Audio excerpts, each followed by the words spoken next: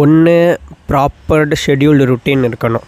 ரெண்டாவது டிசிப்ளின்டு பர்சனுக்கு இருக்கிற கேரக்டர் இருக்கணும்.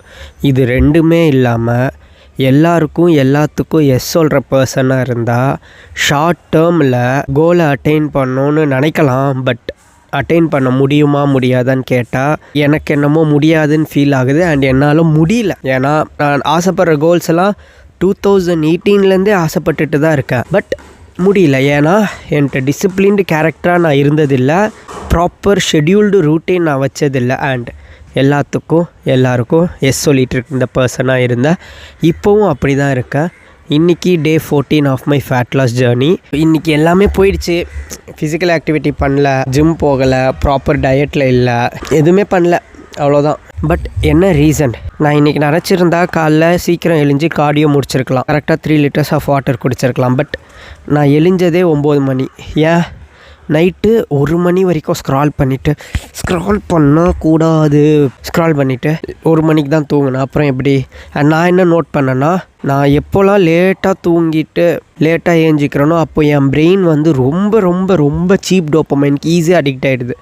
காலைல ஏஞ்சோடனே யூடியூப் பார்க்குறது, அப்புறம் ஈவன்தோ ப்ராப்பர் டயட் ஃபுட்ஸ் இருந்தாலும் ஹை கேலோரிக் ஃபுட்ஸை இன்டேக் பண்ணிக்கிறது, கார்டியோ ஸ்கிப் பண்ணுறது, அந்த பேர் என்ன, இம்பல்சிவ் டிசிஷன்ஸ் எடுக்கிறது, இந்த மாதிரியே என் டே ஃபுல்லாக போயிட்டுருக்கு. இப்போவும் போயிட்டுருந்து. இன்றைக்கி வந்து ஃப்ரெண்ட்ஸ் கூப்பிட்டாங்க துரேந்தர் 2 மூவிக்கு.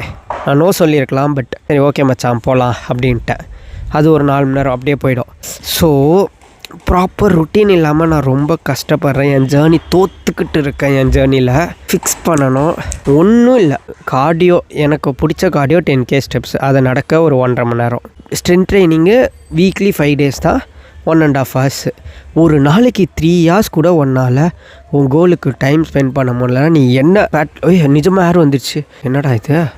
இதே மாதிரி நீ ஹெல்த்தி இல்லாமல் சாப்பிட்டுக்கிட்டே உன்ட்டு இருக்கிற எல்லா முடியும் ஆல்ரெடி வந்துருச்சு. எல்லா முடியும் வந்து புட்டுக்கிட்டு போயிடும். சரி ஓகே தலைவா, ஜஸ்ட் இது வந்து ஒரு ரேண்டிங் வீடியோ தான், ஆப்பிங் வீடியோ தான். நான் ஸ்டார்ட் பண்ணுறேன். ப்ராப்பராக கான்செப்ட் எக்ஸ்பிளைன் பண்ணி நானும் கொஞ்சம் ஸ்ட்ரக்சர்டாக யோசிக்கிறேன். ஸ்டார்ட் பண்ணுறேன்.